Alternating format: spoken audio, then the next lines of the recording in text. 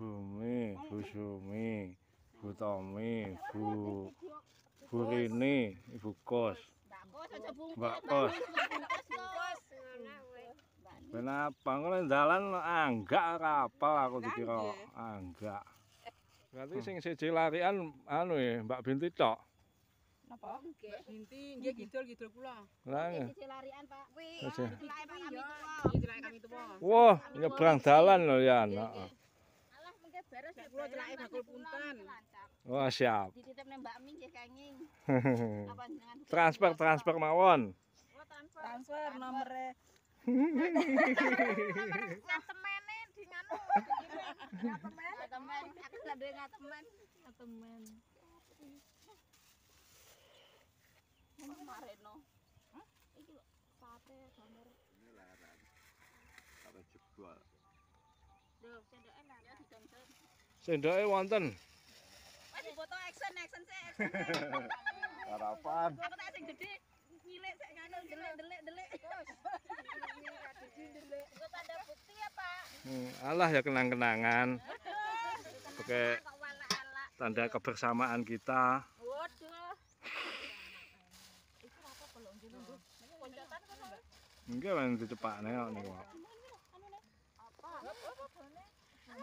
Iki pantate cilik gandengan lho.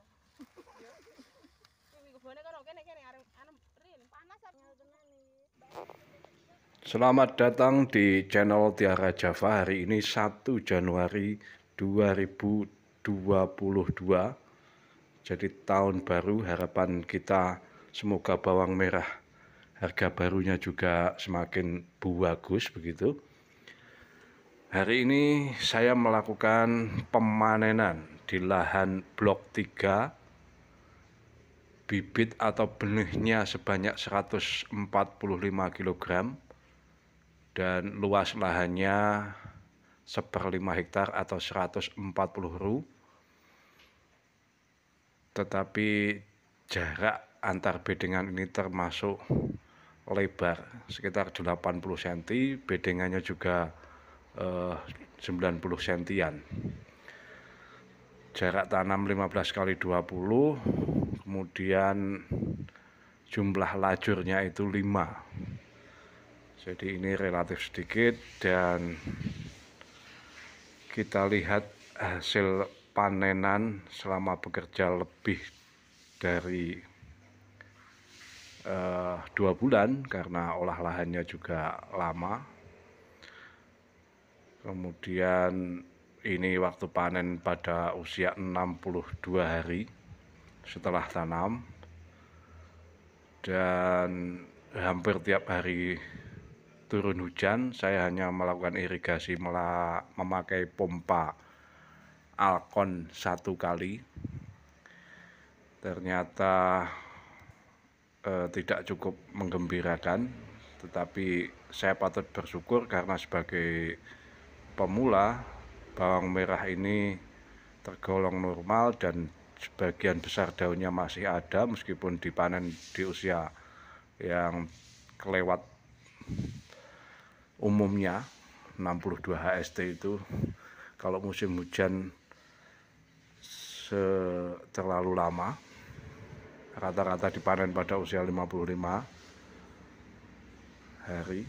Nah, ini umbinya kita lihat relatif ukuran tanggung besar begitu, tidak super, tetapi kondisinya waras, normal, sehat, dan warnanya relatif muncul, warna merahnya.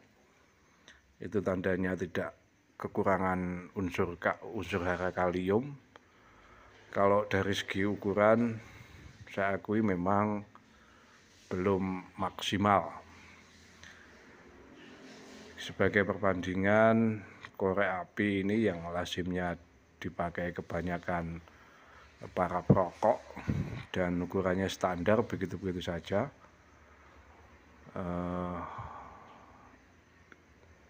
Ya ada yang besar, agak besar, tanggung begitu, tapi relatif racak itu artinya rata.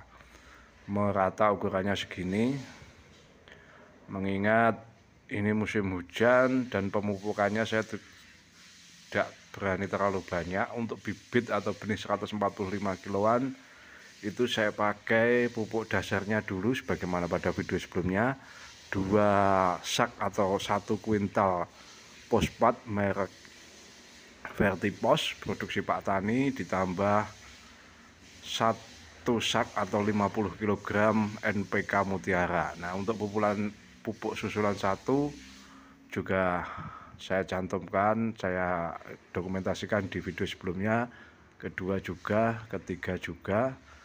Tapi ada 2 kedok atau 2 petak yang saya pupuk sampai 4 kali karena pertumbuhannya menurut saya kurang maksimal, dan waktu pemupukan ketiga itu tidak segera turun hujan meskipun musim penghujan. Jadi pupuk yang saya taburkan NPK profesional dengan unsur hara N9, fosfat 25, kalium 25 itu ternyata meringkil atau tidak lekas larut bersama tanah karena tidak ada hujan sampai 4 harian, sehingga terpaksa saya lepi atau saya airi memakai pompa.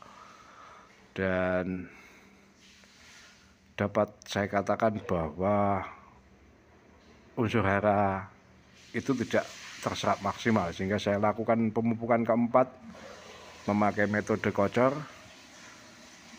Pupuknya pakai KNO3 putih atau PN Braille. Saya campur dengan NPK profesional. Dosisnya dalam 1 tangki 16 liter itu setengah kilogram KNO3 putih ditambah 1 kg NPK profesional, termasuk dosis tinggi, tetapi ternyata tidak sanggup mengejar 2 kedok atau 2 petak yang lain. Ya, ukurannya masih di bawah sedikit, tidak rata. Nah, ini di bagian kedokan, 2 kedokan atau 2 petak. Pemanenan dilakukan tadi oleh 6 perempuan dari pukul 6 pagi sampai terdengar adzan zuhur sekitar pukul setengah 12, karena sebagian daun bawang ini sudah